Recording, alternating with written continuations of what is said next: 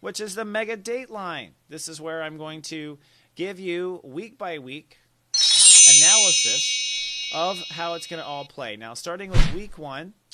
Now, week 1 is from November 30th to December 6th, and in this first week of the Sun in Sagittarius of week 1 of December, you are releasing old mirage habits. These are habits that you have with yourself. The way you talk to yourself, the way you respond to yourself. So you have to basically see. So what tends to happen is the universe usually has things go wrong so that you are put in face-to-face with how you are in a crisis with you. The whole point is that you're going to be changing your mirage, and you need to identify what doesn't work.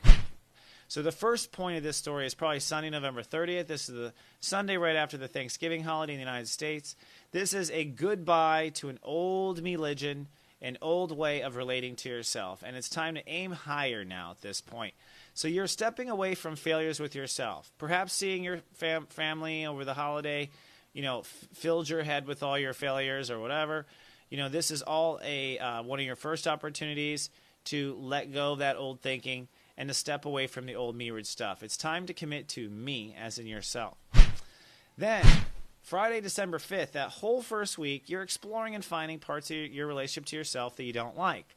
Not the greatest and most fun. But by Friday, it is a breakdown breakthrough. Now, if you've been ignoring yourself this whole time, you will break down before you break through. If you've been working on yourself this whole week, you'll break through Friday, December 5th through the 6th. That energy elevates no matter where you are. So the higher you are at the time, the higher you'll go. But your mirage goals are tested at this point. If you said, I am not going to let myself eat cholesterol, and then boom, Friday night, it's a cholesterol fest, you're going to have to starve yourself to avoid it. Will you do it? So your mirage goals will be tested. You want to honor whatever is going on now and what you've learned about staying in the now, staying connected to the now, staying connected to yourself in the now. This all applies, and you are being tested on staying to yourself and connected to the now up through Christmas Eve. Vitally important. You monitor your emotional boundaries in the moment up till Christmas Eve. Then Saturday, December 6th is the third day. So it's goodbye, old world. And then, oh, geez, did I make the right choice? And then Saturday, full moon. It's a release. Now, this is a hell of a full moon. It's going to go between your ego and your relationships. Your ego swells up. That's a good thing. It's so you can feel strong about changing your relationships, okay? But both really need to change. In some cases, the old you needs to go. The old fight based on the old relationships and what happened to you in the past. So you're trying to stay strong and let the old parts go. Not easy. Basically changing your clothes on stage. Then in marriages and partnerships, you want to let go of the ones that are based on the old you, and you want to stand strong for the ones based on the new you. A complicated full moon.